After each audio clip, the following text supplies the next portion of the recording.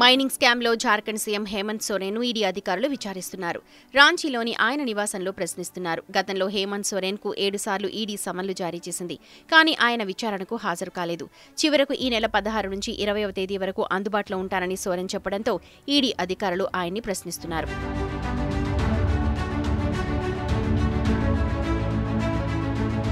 Mining స్కామ్లో 1000 కోట్ల కుంభకోణం జరిగిందని ఈడీ అభియోగాలు మోపింది. అయితే తనపై వచ్చిన ఆరోపణలను తోసిపుచ్చారు హేమంత్ సోరెన్. బీజేపీ కేంద్రం ఏజెన్సీలను దుర్వినియోగం చేస్తోందని మండిపడ్డారు. ఈడీ విచారణ సందర్భంగా ఆయన నివాసం దగ్గర 1000 మంది పోలీసులతో భద్రతను ఏర్పాటు చేశారు. ఈ కేసులో ఇప్పటికే 14 మందిని ఈడీ అరెస్ట్ చేసింది. అక్రమంగా మైనింగ్ లీజుల్లో ల్యాండ్ స్కామ్ జరిగిందని ఈడీ ఆరోపిస్తోంది.